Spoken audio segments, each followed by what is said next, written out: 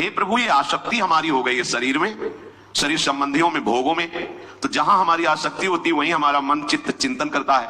और आप कह रहे हैं कि अगर मन चिंतन करे निरंतर प्रभु का तो मुक्त है, जीवन मुक्त है। अभी कैसे हो सकता है ऐसा? तो श्री भगवान ने कहा, प्रसंगमजरम पाशमात्मनः कवयो विदुः स एव साधु सुकृतो मोक्ष द्वारमपावृतम्। खुला हुआ मोक्ष का द्वार खुल गया। क्या? जो तुम्हारी शरीर में आसक्ति है, शरीर के रिश्ते नाते संबंधियों में आसक्ति है, भोगों में आसक्ति है, वही नरक का खुला हुआ द्वार है। कैसे? त्रिविधम नरकस्येदम द्वारम नाशन मात्मना कामः क्रोधा तथा लोभा तस्मात् त्रयम् त्यजेत्।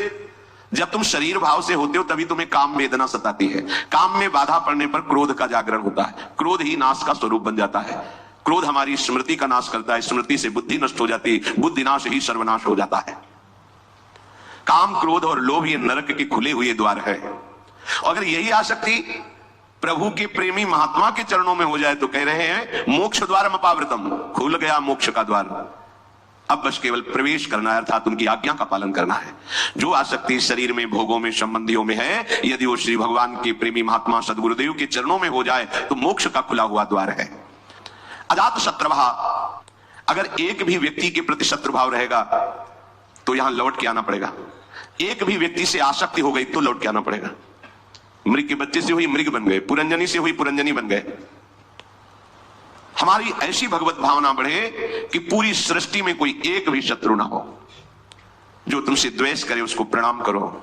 यदि भगवत प्राप्ति के मार्ग में बढ़ रहे हो, जो तुमसे ना बोले उससे तुम कभी भी रूठो मत। सामने पड़े तो राधे राधे श्री हरिवंश। कभी ऐसा नहीं कि ये तो दुष्ट है मैं गाली देता, नहीं नहीं, हमारा प्रभु ही हमारे हृदय को मजबूत करने के लिए ऐसा स्वांग रच रहा है। सच्ची मानना, भगवान अपने भक्त को समर्थ बनाने के लिए लीला करते हैं। वही है, कोई दुष्ट नहीं है। किसकी सामर्थ्य है कि प्रभु के पार्षद को गाली दे दे, प्रभु के पार्षद को पीट दे, प्रभु के पार्षद की अवहेलना कर दे? ये भगवान इसीलिए करवाते हैं कि तुम समर्थ बनो, द्वंद्वों को परास्त करो, ना कि द्वंद्वों से परास्त हो जाओ। तुम मेरे सेवक कहलाकर द्वंद्वों से परास्त हो जाओगे तो ठीक नहीं है। ये भगवान का भक्त जरा सी बात में देखो विकल हो। नहीं, कोई भी भगवान का प्रेमी महात्मा ऐसा चरित्र नहीं पाया गया कि कभी किसी भी परिस्थिति में व्यथित हो गया है। नहीं, यम ही न व्यथयन्ते ते पुरुषम पुरुषर्षभ सम दुखा सुखाधीरम स्वमृतत्वाय कल्पते। जो सुख दुख में समान किसी भी परिस्थिति में हृदय व्यथित नहीं हुआ, हर समय राधा राधा राधा, परम पद उसके चरणों में लौटता है, वही परम पद का अधिकारी है।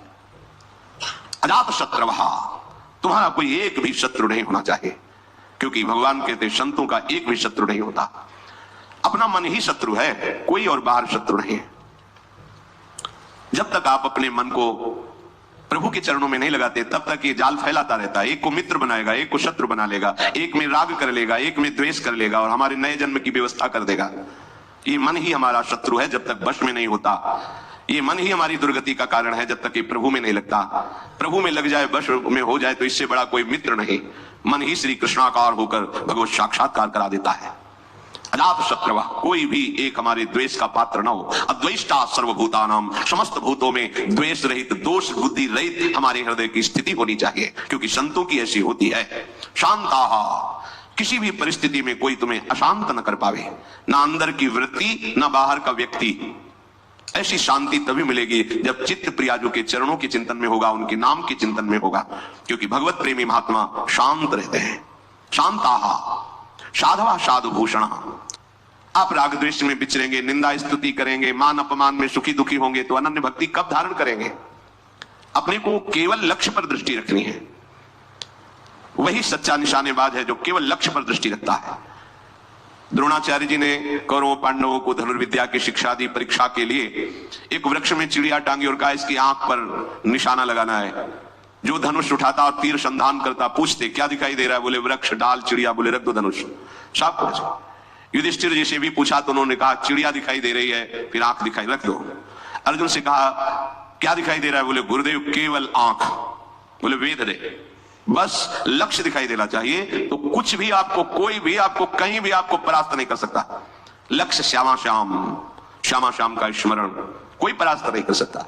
लक्ष्य रहित होकर घूमोगे तो सब तुम्हें व्यथित कर देंगे। काम क्रोध लोभ मोह मद मत्सर, ये सब हृदय में ही ये प्रहार करते हैं, बाहर का प्रहार तो कोई भी सह सकता है, लेकिन हृदय के प्रहार को बड़े बड़े वीर नहीं सह पाते। साधक हृदय के प्रहार को सहता है, इसलिए उससे बड़ा कोई वीर नहीं होता। सबसे बड़ा सुभट साधु होता है जो काम क्रोध आदि की वार को हंसते हुए सहकर भगवान की तरफ बढ़ता है। जो विश्व में विश्व विजेता धनुर्विद्या के प्रकांड ज्ञानी, युद्ध क्षेत्र में सदैव विजय प्राप्त करने वाले रहे, वो भी घुटने टेक दिए काम क्रोध के आगे। लेकिन साधु अहंकार रहित होकर पूरे जीवन इनसे युद्ध करता हुआ आगे बढ़ जाता है। इसीलिए सा जयति जयति जग उच्चरे, पूरा संसार ब्रह्मा जी तक उसे नमस्कार करते हैं। ये विजय तभी हो सकती जब लक्ष्य चिंतन में रहे।